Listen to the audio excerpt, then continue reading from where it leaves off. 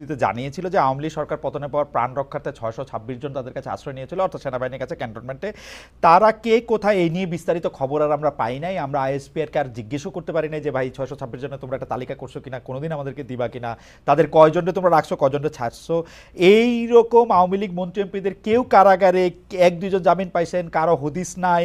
এই কারা কারা আবার বিদেশে, এই পিক অ্যান্ড চুজটা আসলে কেমনে হইলো? মানে আমি একটা স্পেসিফিক উদাহরণ দিই। আমরা শুনেছিলাম যে ডক্টর আওয়ামী লীগের পররাষ্ট্রমন্ত্রীটা ডক্টর হাসান মাহমুদ এবং জুনাইদ আহমেদ পলক তারা বিমানবন্দর থেকে গ্রেফতার হয়েছেন, কিন্তু পরে আমরা পলককে কারাগারে দেখেছি, আর হাসান মাহমুদ বেলজিয়ামে বসে আমাদের সবার জন্য ওয়াচ করছেন, বাণী দিচ্ছেন, কি কি করতে হবে না করতে হবে বলতেছেন। এটা কেমনে হইলো আসলে? খালেদ ভাই, এই জিনিসটা আসলে আমি নিজেও এটা জেনেছি বেশ কিছুদিন আগে, এবং বাট আমি এটা শেয়ার করতে ভুলে গেছি। গুড যে আপনি আমাকে এটা মনে করিয়েছেন। আমি সেনাবাহিনীর বেশ কিছু জায়গাতে কথা বলেছি এবং বেশ নির্ভরযোগ্য কর্মকর্তাদের সাথে কথা বলেছি, এবং আমি যে জানতে পেরেছি তা হলো যে এই যে 600 জনের কথা অ্যাকচুয়ালি বলা হচ্ছে, 600 জনের মধ্যে আসলে সমাজের বিভিন্ন স্তরের লোকজন ছিলেন। কেউ হয়তো সরকারি ডাক্তার ছিলেন, কেউ হয়তো পুলিশ কর্মকর্তা ছিলেন, কেউ হয়তো পুলিশের এসপি ছিলেন, কেউ হয়তো ম্যাজিস্ট্রেট ছিলেন, কোনো হাইকোর্টের জাজ ছিলেন, সুপ্রিম কোর্টের জাজ ছিলেন, এমপি ছিলেন, দুই একজন বেশ কয়েকজন মন্ত্রীও এটার মধ্যে ছিলেন। ফরেন ডিপ্লোমেট ফরেন ডিপ্লোমেটের ফ্যামিলি ছিল। এরকম সমাজের বিভিন্ন জায়গা থেকে লোকজন আসছে, যাদেরকে সেনাবাহিনীর বিভিন্ন জায়গাতে সেনাবাহিনীর আপনার আশ্রয় দেওয়া হয়েছিল, এবং যখন সিচুয়েশন নর্মাল হয়ে যায় তখন তাদেরকে ছেড়ে দেওয়া হয়। এখানে আপনার রাজনৈতিক বেশ কিছু লোকজন এখানে ছিল। আমি যখন তাদেরকে জিজ্ঞেস করেছি যে এদেরকে আপনারা কেন কেন সেভ করা হয়েছে, আমাকে উত্তরটা আসলে দেওয়া হয়েছিল যে যান বাঁচানো ফরজ।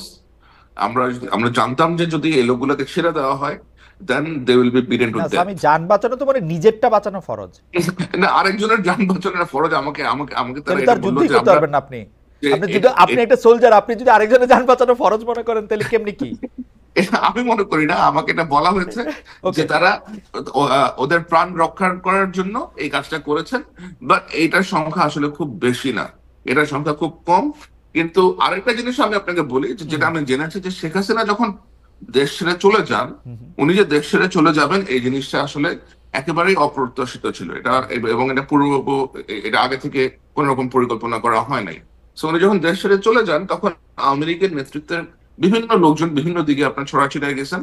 বেশ বড় একটা অংশ আপনার ভারতে চলে গেছে, তারা এখনো কলকাতায় অবস্থান করতেছে, ইন্ডিয়ার বেশ কিছু হোটেলে। সো সেনাবাহিনী গিয়ে কাউকে পালাতে সাহায্য করছে অথবা পালিয়ে যেতে দিচ্ছে, বিষয়টা আসলে এরকম না যে সেনাবাহিনী ওদেরকে আটকায় রাখছিল, সব এমপি মন্ত্রী অথবা এদেরকে এখানে ওরা আটকায় রাখছিল, এবং like when the situation normalise they allowed them to go. বিষয়টা আসলে ওরকম না। এখানে সমাজের বিভিন্ন শ্রেণীর লোকজন ছিল। না সেটা ঠিক আছে, জাস্ট এইটা জানা যে সেনাবাহিনী এর মধ্যে থেকে আসলে পিক এন্ড চুজ করছে কিনা। সেনাবাহিনী হোক, এখন যারা রাষ্ট্র ক্ষমতায় আছে, অর্থাৎ হাসান মাহমুদকে ছেড়ে দেই কারণ হাসান মাহমুদ আমাদের কিছু একটা উপকার করছেন বা করবেন, পলককে ধরে না রাখি, না, ওইটা করছে কিনা?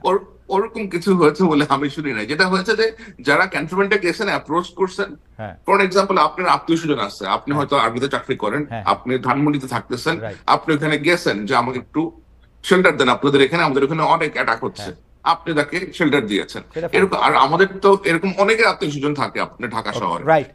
এবং আমরা সবাই সবার আত্মীয় আসলে, মানে সেনাবাহিনী আমাদের সবারই বন্ধু আত্মীয় সব জায়গাতেই আছে, সবারই আত্মীয় স্বজন সব থাকে সবাই বিভিন্ন সবাই জায়গাতে। আছে।